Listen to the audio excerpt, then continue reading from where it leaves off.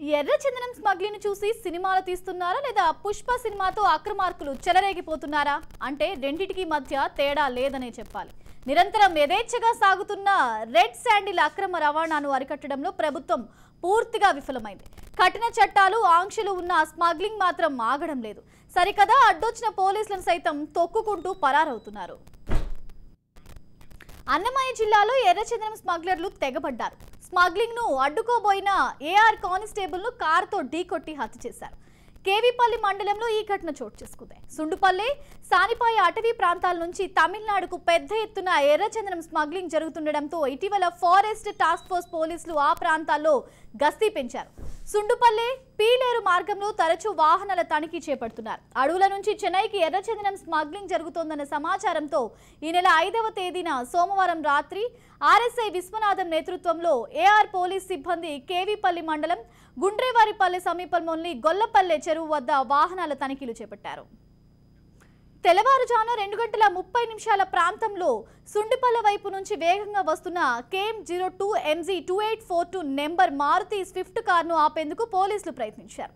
పోలీసులను చూసిన కారులోని స్మగ్లర్లు కారును ఆపినట్టే ఆపి మళ్లీ వేగంగా ముందుకు పోనిచ్చారు. దీంతో ఆపేందుకు ప్రయత్నించిన గణేష్ అనే కానిస్టేబుల్ ను ఢీకొట్టారు. దీంతో గణేష్ కింద పడిపోయినా అతడి పైనుంచి కారును పోనిచ్చారు. ఈ హఠాత్ పరిణామంతో షాక్ గురైన మిగిలిన సిబ్బంది ఓవైపు గణేష్ ను కాపాడే ప్రయత్నం చేస్తూనే మరోవైపు కారును అడ్డుకున్నారు. పోలీసుల నుంచి ప్రతిఘటన ఎదురవడంతో స్మగ్లర్లు కారునే వదిలేసి పారిపోయేందుకు ప్రయత్నించారు. పోలీసులు అప్రమత్తమై ఇద్దరిని అదుపులోకి తీసుకోగా మరో 3 పరారయ్యారు. గాయపడిన గణేష్ ను వైద్యం కోసం పీలేరు ప్రభుత్వ ఆసుపత్రికి తరలిస్తుండగా అతను మార్గ మధ్యంలో ప్రాణాలు విడిచాడు. అన్నమయ్య జిల్లాతో పాటు రాష్ట్ర వ్యాప్తంగా హత్యా ఘటన దావానంలా పాకింది. పోలీసులు టాస్క్ ఫోర్స్ ఫారెస్ట్ సిబ్బంది పెద్ద ఎత్తున పీలేరు ప్రభుత్వ ఆసుపత్రికి చేరుకున్నారు. SP Krishna Rao, Tirupati task force SP Srinivas సంఘటనా స్థలాన్ని పరిశీలించారు. కేవీపల్లె పోలీసుల అదుపులో ఉన్న స్మగ్లర్లను సుదీర్ఘంగా విచారించారు. అనంతరం పీలేరులో విలేకరులతో మాట్లాడుతూ ఎర్రచందనం స్మగ్లింగ్ ను అరికట్టాలన్న లక్ష్యంతో తాము కట్టడి చర్యలు చేపట్టామన్నారు. దీంతో స్మగ్లర్లను నెలకొన్న అసహనం కారణంగా గణేష్ ఉదంతం జరిగిందన్నారు. ఈ ఘటనలో సంబంధం ఉన్న నేరస్తులు ఎంతటి వారైనా వదిలిపెట్టమని, ఇప్పటికే ఇద్దరిని అదుపులోకి తీసుకున్నామని, మిగిలిన వారిని కూడా త్వరలోనే పట్టుకుంటామని పోలీసులు అంటున్నారు. మృతి చెందిన గణేష్ కుటుంబానికి ప్రభుత్వం 30 లక్షల ఎక్స్గ్రేషియా ప్రకటించింది. గణేష్ మృతదేహానికి అనంతపురం ఏపీఎస్పీ 14వ బెటాలియన్ డీఐజీ సిహెచ్ వెంకటేశ్వర్లు, ఎస్పీలు కృష్ణారావు, శ్రీనివాస్, డిఎఫ్ఓ వివేక్ నివాళులర్పించారు. శ్రీ సత్యసాయి జిల్లా ధర్మవరం మండలం గుట్టకిందపల్లెకు చెందిన గణేష్ 11 ఏళ్ల క్రితం కానిస్టేబుల్ గా ఎంపికయ్యాడు. అనంతపురంలోని ఏపీఎస్పీ 14వ బెటాలియన్ కు చెందిన ఇతను తిరుపతిలోని టాస్క్ ఫోర్స్ విభాగంలో ఎర్రచందనం స్మగ్లింగ్ నివారణలో యూనిట్లో పనిచేస్తున్నాడు. అతనికి భార్య, 2 కుమారులు ఉన్నారు. రాష్ట్రంలో అధికార పార్టీ అండతోనే ఎర్రచందనం స్మగ్లర్లు పేటరేగిపోతున్నారని జనసేన పార్టీ ఆరోపించింది.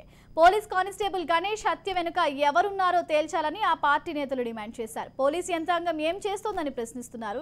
ఎర్రచందనం స్మగ్లర్లు ఇంతటి దురాగతానికి పాల్పడ్డ ఆ ముఠా వెనుక ఎవరు ఉన్నారో పోలీసులు వెల్లడించకుండా గోప్యత పాటించడంపై అనుమానం వ్యక్తం చేశారు. శేషాచలం అడవుల్లోంచి విలువైన ఎర్రచందనాన్ని అక్రమంగా తరలించేస్తున్న ముఠాలను అధికార పార్టీ వైసీపీ పొంచి పోషిస్తోందని ఆరోపిస్తున్నారు. పాలకపక్షం అండతోనే స్మగ్లర్లు పేటరేగిపోతున్నారని విమర్శిస్తున్నారు. మరోవైపు అటవీ శాఖ స్వాధీనంలో ఉన్న ఎర్రచందనాన్ని ప్రభుత్వం అంతర్జాతీయ మార్కెట్లో సక్రమంగా విక్రయించలేకపోతోందని ఎద్దేవా చేస్తున్నారు. స్మగ్లర్లు మాత్రం ఎర్రచందనాన్ని యథేచ్ఛగా సరిహద్దులు దాటించేస్తున్నారని దుయ్యబడ్డారు. గుట్టకిందపల్లి గ్రామానికి చెందినటువంటి 14th బెటాలియన్కి చెందినటువంటి కానిస్టేబుల్ గణేష్ దుర్మరణం పాలైనారు. దుండగుల చేతుల్లో ఎర్రచందనం స్మగ్లర్ల యొక్క అఘాతకానికి ఈరోజు గురి కావడం జరిగింది గణేష్. ఇది తీవ్రంగా ఖండిస్తున్నాం. ఈ ప్రభుత్వంలో ఆర్థిక ఉగ్రవాదుల్ని తయారు చేస్తున్నారు. ఈ జగన్మోహన్ రెడ్డి పాలనలో జగన్మోహన్ రెడ్డి పాలన ఒక అరాచకమైనటువంటి పాలన. ఈరోజు పోలీసులకే రక్షణ లేదంటే ఈ ప్రభుత్వం ఎటుపోతుందో ఒకసారి ప్రజలు కూడా ఆలోచన చేయవలసినటువంటి అవసరం ఉంది. ముఖ్యంగా ఈరోజు ఒక యువకుడు, 32 ఏళ్ల యువకుడు, ఆయన చేసిన పాపం ఏమంటే ప్రభుత్వానికి ఆ ఎర్రచందనాన్ని కాపాడి అది ఆర్థిక పుష్టి కలిగించే విధంగా ఆ ప్రభుత్వానికి అండగా నిలబడినటువంటి కానిస్టేబుల్. కానీ ఆయన ఈరోజు దుండగుల చేతిలో దుర్మరణం కావడం జరిగింది. కానీ ప్రభుత్వం కూడా కళ్ళదిరాల్సినటువంటి అవసరం ఉంది.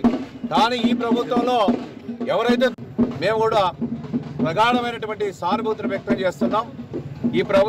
ఈ కుటుంబానికి అన్ని విధాలా మేము కూడా మా వంతు సాయం అందిస్తాం. అదేవిధంగా ప్రభుత్వం కూడా ఈ కుటుంబానికి ఎక్స్గ్రేషియో కూడా ₹1 కోటి ఇవ్వాల్సినటువంటి అవసరం ఉంది. అదేవిధంగా డ్యూటీలో ఉన్నటువంటి వ్యక్తి కాబట్టి ఆయనకి ఆ విధంగా ఇస్తూ ఆ కుటుంబంలో ఉన్నటువంటి వాళ్ళకు సంబంధించినటువంటి వ్యక్తులు కూడా ఉద్యోగాలు ఇచ్చి అన్ని విధాలా ఆదుకోవాలని ఈ సందర్భంగా ఈ ప్రభుత్వానికి హెచ్చరిక జారీ చేస్తున్నాం.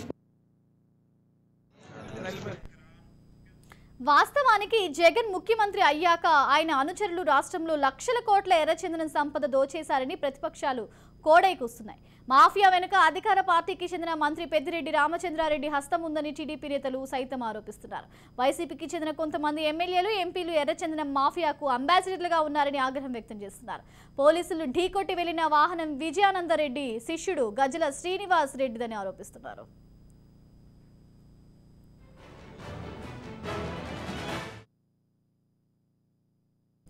వైసీపీ అధికారంలోకి వచ్చిన తరువాత 4 ఏళ్లుగా విచ్చలవిడిగా ఎర్రచందనం చెట్లు నరికి బహిరంగంగా తరలించుకుపోతున్న వెనుకబడ నేతల హస్తం ఉందని చెప్పారు. ఈ వ్యవహారం శృతిమించడంతోనే కానిస్టేబుల్ గణేష్ ను వాహనంతో తొక్కించి హత్య చేసే స్థాయికి చేరింది. ఈ ఘటన జరిగిన వెంటనే ఎర్రచందనం స్మగ్లింగ్ చేస్తున్న వైకాపా నేతలు ఎవ్వరూ స్థానికంగా కనిపించకపోవడం పలు అనుమానాలకు తావిస్తోంది. జిల్లాలోని సుండుపల్లి, కంబంవారిపాలెం మండలాల పరిధిలో స్మగ్లింగ్ వ్యవహారాలను జిల్లాలోని పీలేరు, తిరుపతి జిల్లా చంద్రగిరి నియోజకవర్గంలోని కొంతమంది వైకాపా నేతలు కొనసాగిస్తున్నారు. కానిస్టేబుల్ వాహనంతో తొక్కించి చంపిన అనంతరం కంబంవారిపల్లిలోని ఓ కీలక నేత ఎర్రచందనం స్మగ్లర్ కనిపించకుండా పోయారు. తన ఇంటి వద్దనున్న వాహనాలను ఇతర ప్రాంతాలకు తరలించుకుపోవడమే కాకుండా ఇంటికి తాళాలు వేసుకుని వెళ్లిపోయారు. ఎర్రచందనం స్మగ్లింగ్ చేస్తున్న పీలేరు, చిన్నగొట్టిగల్లు, ఎర్రవారిపాలెం మండలాలకు చెందిన కొందరు నాయకులు రహస్యంగా తలదాచుకున్నారు.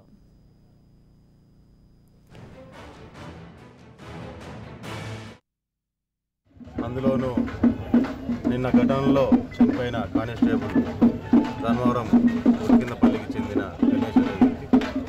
ఈరోజు ఆ కుటుంబాన్ని చూస్తుంటే మనకు చాలా బాధేస్తుంది. ఎందుకంటే ఏదో ఇంటికి వచ్చింది కాదు, ఇంకో దానికి వచ్చింది కాదు, న్యాయం కోసం అని చెప్పి ఆయన చేసిన పోరాటంలో ఆయన అమరుతాను. దాంట్లోనే 2 చిన్నపిల్లలు, అంతా 1వ క్లాసు ఇంకా తక్కువ ఉన్న 2 చిన్నపిల్లలు ఆ ఇంట్లో ఉండడం. రెండోది ఒకడే కొడుకు కావడం వలన పాపం తల్లిదండ్రులకు కూడా అతనే ఆధారుగా ఉన్న వ్యక్తి. కుటుంబం అంతా పూర్తిగా ఇతని మీద ఆధారపడి బతుకుతున్న పరిస్థితుల్లో ఇటువంటి సంఘటన ఎదురవడం అనేది ఆ కుటుంబానికి తీరలేని లోటుగా మారిపోయింది. అందులోనూ ముఖ్యంగా ఒక యువకుడిగా ఈ రాష్ట్రంలో జరుగుతున్న ఏదైతే స్మగ్లింగ్ వ్యాపారం ఏదైతుందో దాన్ని అడ్డుకట్టు వేయాలనే ప్రయత్నం చేయడము, అందులోనూ అక్కడ ఎర్రచందనాన్ని దొంగలను గతంలో కూడా చాలాసార్లు ఇటువంటి సంఘటనలు జరుగుతూ వచ్చాయి. ఈ ఎర్రచందనం స్మగ్లర్స్ అనేవాళ్ళు ఎర్రచందనం దొంగల్ని తరలిచ్చే సమయంలో ఈ రకంగా కానిస్టేబుల్స్ కానీ పోలీసులు కానీ అడ్డుపడి ప్రాణాలు కోల్పోయిన వాళ్ళు, లేకుంటే యాక్సిడెంట్లకు గురైన వాళ్ళు కూడా చాలామంది ఉన్నారు. గతంలో ఒక ఐజీ స్థాయి అధికారిని పెట్టి ఏదైనా సరే రెగ్యులర్గా వాళ్ళతో మానిటరింగ్ ఉండి వాళ్ళని కూడా గైడ్ చేసే పరిచయం వలన ఇటువంటి దుర్ఘటనలు కూడా చాలా వరకు జరుగుతున్నాయి. ఖచ్చితంగా గవర్నమెంటు ఈ గణేష్ ఏ విషయం మీద అయితే పోరాటం చేస్తారో